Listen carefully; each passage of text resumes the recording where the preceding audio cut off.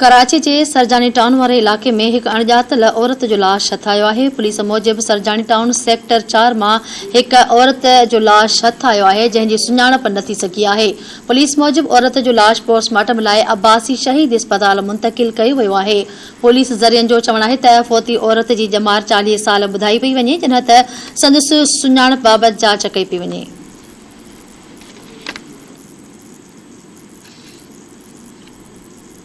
रोहड़ी वेझो अणजातल हथियारबंदनि जी फायरिंग में एक ॼणो क़तल, 2 ॿारनि ऐं हिक पुलिस एहलकार समेत 6 ॼणा ज़ख़्मी थी पिया। ॿेड़ी चौक वटि मोटरसाइकिल सवार हथियारबंदनि जी फायरिंग में वाटेड़ू नदीम जतोई थॾे ते माची वियो। 2 ॿारनि ऐं हिक पुलिस एहलकार समेत 6 ॼणा ज़ख़्मी थी पिया। पुलिस वाक़े वारे हंध ते पहुची लाश ऐं ज़ख़्मियुनि खे तालका अस्पताल रोहड़ी पहुचायो। अखियुनि ॾिठनि शाहिदनि मूजिब फायरिंग दौरान पुलिस मौजूद हुई, पर पुलिस जाबदारनि मथां जा बि फायरिंग न कई। हथियारबंद आसानी सां मौके तां फरार थी विया।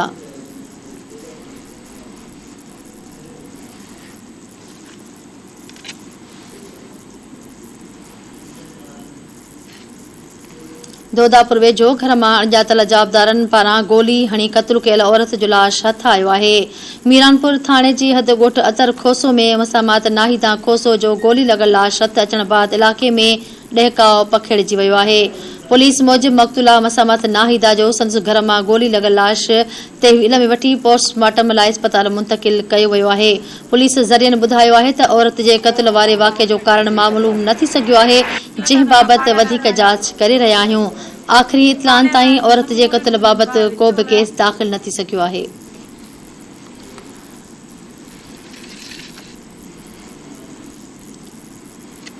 हैदराबाद में मुबैना क़त्ल थियल शागिर्द जो केस संदसि भाउ जे फरियाद ते अणजातल माण्हुनि ख़िलाफ़ दाख़िल कयो वियो। नसीम नगर पुलिस कानून जे शागिर्द इशफाक शर जे क़त्ल जो केस संदसि भाउ इम्तियाज़ शर जी फरियाद ते दाख़िल कयो आहे। मक़तूल जे भाउ ॿुधायो त संदसि भाउ खे गले में केबल जी तार वेढ़े क़त्ल करे शाहिदियूं बि लिकायूं वयूं आहिनि। हुन चयो त संदसि मक़तूल भाउ नसीम माल मां फ्लैट ते रहंदो हुयो। फोन अटेंड न करण ते ॻणतीअ बाद हू फ्लैट पहुता, जिते संदसि भाउ मुर्दा हालत में पियल हुयो। इम्तियाज़ शहर चयो त संदसि भाउ खे क़त्ल करे सण वॾो ज़ुल्म कयो वियो आहे, जॾहिं त संदनि कंहिं सां बि का दुश्मनी नाहे। मक़तूल जे भाउ IG सिंध ऐं ॿियनि आला अख़्तियारनि खां मुतालबो कयो आहे त वाक़े जी जांच करे जाबदारनि ख़िलाफ़ कार्रवाई कई वञे।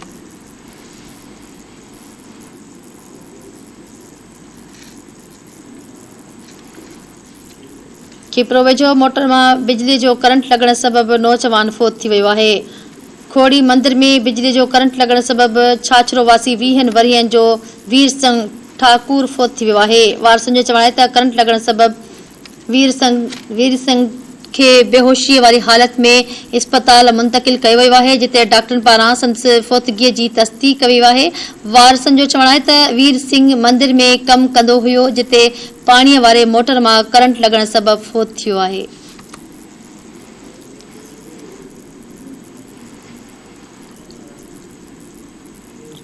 कोटरी वेझो नौजवान मुबैना तौर ट्रेन हेठियां अची आपघात करे छॾियो आहे। भिटाई कॉलोनी वासी 24 वरियनि जे नौजवान रशीद अहमद गाडही ट्रेन हेठियां अची ख़ुदकुशी करे छॾी आहे। इतला ते पुलिस पहुची फोती नौजवान जो लाश खणाए ज़रूरी कार्रवाई लाइ बिलावल मेडिकल अस्पताल मुंतकिल कयो।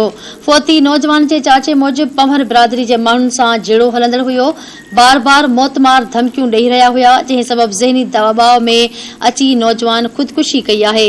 हुन इल्ज़ाम मढ़ींदे चयो आहे त नौजवान ख़ुदकुशी न पर हुन खे क़त्ल कयो वियो आहे। मुलविस जाबदारनि खे गिरफ़्तार करे केस दाख़िल करे इंसाफ़ कयो वञे।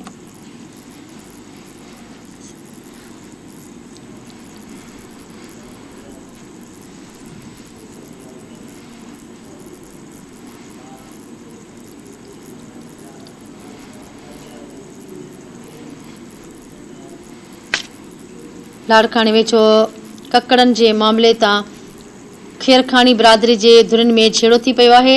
अव्हां खे ॿुधाईंदा हलूं, फ़क़ीर जे ॻोठ में कुकड़नि जे मामले तां खिखराणी बिरादरी जे 2 धुरनि में झेड़े दौरान फायरिंग, कुहाड़ियूं, लठियूं ऐं डंडा लॻण सबबि हिक ई धुर जा 2 औरतुनि समेत 6 ॼणा ज़ख़्मी थी पिया आहिनि। ज़ख़्मियुनि में मज़हर नज़र ऐं हज़ार ख़ान ऐं 12 वरियनि जो निगर नबी बख़्श खिखराणी सख़्त ज़ख़्मी थी पिया आहिनि, जिन खे चांडका अस्पताल मुंतकिल कयो वियो आहे।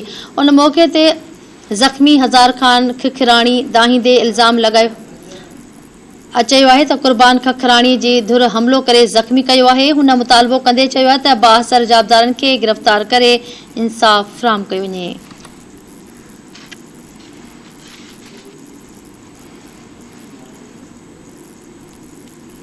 खैरपुर में डेरन तरफां मुबैना ॾाढाई वारे वाक़े जो केस दाख़िल न थियण ते मुतासिर औरत एसएसपी खैरपुर खे दरख़्वास्त उमाणे छॾी आहे।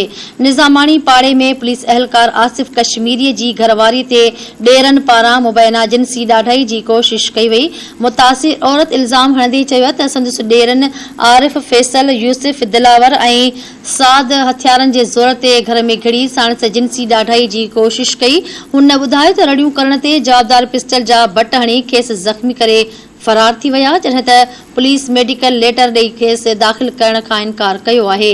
मुतासिर औरत ॿुधाए त पुलिस पारां मुबैना ॾाढाई जी कोशिश जो केस दाख़िल न करण बाद हुन एसएसपी खैरपुर खे दरख़्वास्त उमाणी आहे।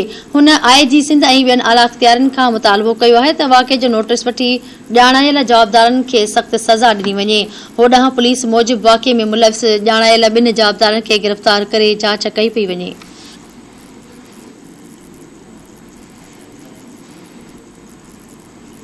मोहबदेरो में अणॼातल जाबदारनि औरत खे कुहाड़ी हणी ज़ख़्मी करे छॾियो आहे। ॻोठ रसूल बख़्श चौहान में अणॼातल जवाबदारनि कुहाड़ीअ ज़रिए हमलो करे वज़ीरां ज़ाल सिकंदर चौहान खे सख़्त ज़ख़्मी करे विधो। पुलिस मूजिबि ज़ख़्मी औरत खे तिबी इमदाद लाइ कंडियाले इस्पताल मुंतक़िल करे वाक़े बाबति वधीक जांच कई पई वञे। पुलिस मूजिबि औरत कुहाड़ी लॻण सबबि ज़ख़्मी थी आहे, जॾहिं त वाक़े जो कारण अञा ताईं मालूम न थी सघियो आहे। आख़िरी इतलान ताईं वाक़े बाबति को बि केस दाख़िल न थी सघियो आहे।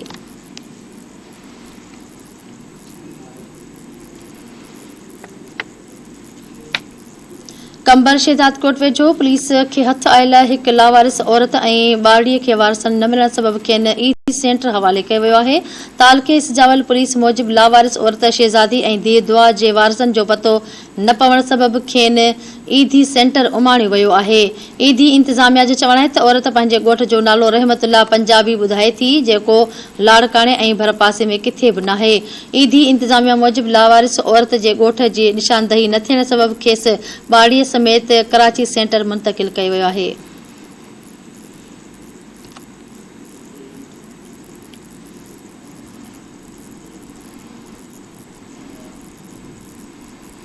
हैदराबाद में कस्टम एंटी स्मगलिंग स्क्वाड कार्रवाई करे टाइलनि सां भरियल ट्रॉलर हथ करे वरितो आहे।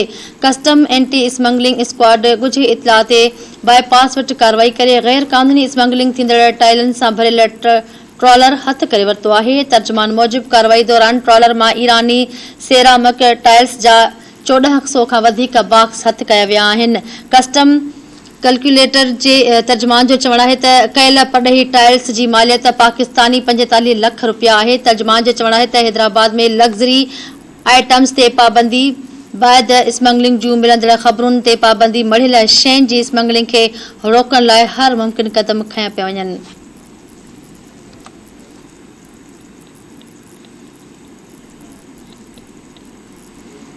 हैदराबाद पुलिस पारां पुलिस ॼाणाए शहरनि खे अगवा ऐं फुर कंदड़ गिरोह खे गिरफ़्तार करण जी दावा कई वई आहे। हटड़ी पुलिस मूजिबि गिरोह जे हिकु मुख्य जाबदार नौशर फिरोज़ वासी असलम जोयो खे गिरफ़्तार कयो वियो आहे, जॾहिं त संदसि साथी मुमताज़ मेमण ऐं असगर पंवर फरार थी विया आहिनि।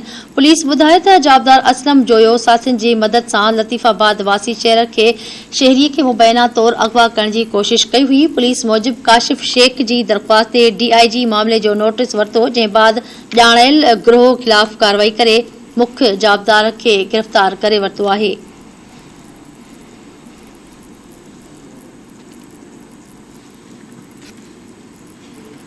डोकरीअ मां खंभे गुम कयल नौजवान लेखक ज़हीर बुट जी आज़ादी लाइ वारसनि पारां एहतजाजी मुज़ाहिरो कयो वियो।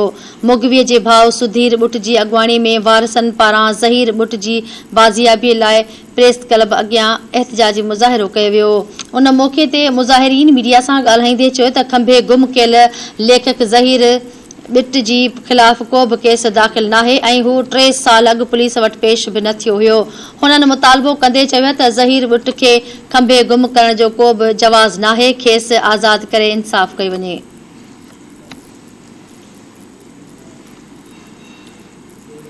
ढखण में मक़तूल पीरसन जे जवाबदारनि जी गिरफ़्तारीअ लाइ पुलिस ॻोठ ते कार्रवाई करे 17 ढोर ढक हवाले कया विया आहिनि। गुज़रियल ॾींहुं अणॼातल हथियारबंदनि पीरसन रज़ा मोहम्मद शर खे क़त्ल करे छॾियो हो, जंहिं बाद पुलिस जवाबदारनि जी गिरफ़्तारी लाइ कार्रवाई कई आहे। एसएचओ ढखण जी अॻुवाणी में पुलिस अटालन गढ़ी साहब खान भरिसां शरन जे वांढ ते कार्रवाई दौरान 17 ढोर काहे ढक हवाले कया। हिक शकीअ खे गिरफ़्तार कयो वियो आहे। पुलिस मूजिबि मक़तूल पीरसन जी जवाबदारनि जी गिरफ़्तारी लाइ मुख़्तलिफ़ हंधनि ते छापा हया पिया वञनि, जॾहिं त अञा ताईं का बि गिरफ़्तारी अमल में न आई आहे।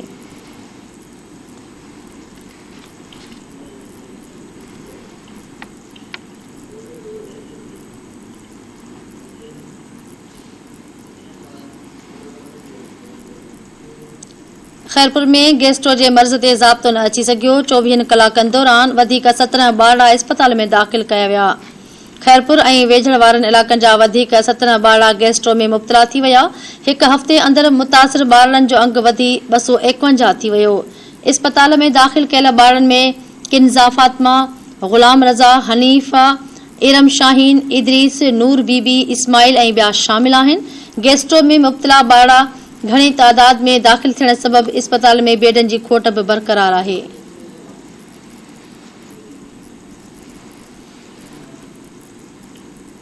एसएसपी कंबर पारां शहदादकोट ज़िले में नई पुलिस चौकी जो इफ़्तिताह कयो वियो आहे। एसएसपी बशीर अहमद ब्रोही टपाल ॻोठ में नई पुलिस चौकी जो इफ़्तिताह करे छॾियो आहे।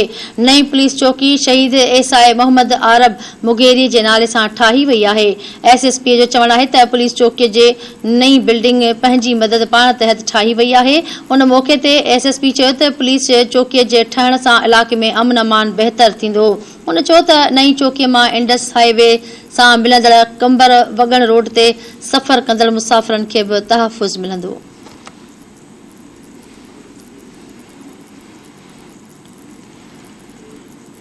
खिपरे में जीएसटी ऐं पीएसटी उम्मीदवारनि पारां भर्तियुनि में मुंझाईंदड़नि पॉलिसियुनि ख़िलाफ़ एहतिजाजी मुज़ाहिरो कयो वियो। मुजीबुल्ला कुंभर, हैदर समेजो, महताब मरी ऐं असद बोज़दार जी अॻुवाणी में पीएसटी ऐं जीएसटी उम्मीदवारनि पारां पुठिते ॿिटी पॉलिसी पारां प्रेस क्लब आॾो एहतिजाजी मुज़ाहिरो कयो वियो। उन मौक़े ते मुज़ाहिरीन मीडिया सां ॻाल्हाईंदे चयो त मेल उम्मीदवारनि जूं सीटूं डीओ सांगड़ फैमिली उम्मीदवारनि खे ॾियणु चाहे थो, जेको खिपरो जे मेल उम्मीदवारनि सां ज़ुल्म आहे। उन्हनि चयो त डीओ सांगड़ अरशद बेग अञा ताईं मुकमल वाज़े पॉलिसी करे सीटूं ज़ाहिर न कयूं आहिनि। हुननि इल्ज़ाम हणंदे चयो आहे त डीओ मनपसंद ऐं पैसनि एवज़ सीटूं विकिरो करणु चाहे थो। मुज़ाहिरीन वसवारनि समेत सेक्रेटरी तालीम खां घुर कई आहे त ज़िलो सांगड़ ऐं तालका खिपरो जे मेल पीएसटी ऐं जीएसटी जे उम्मीदवारनि सां इंसाफ़ कयो वञे।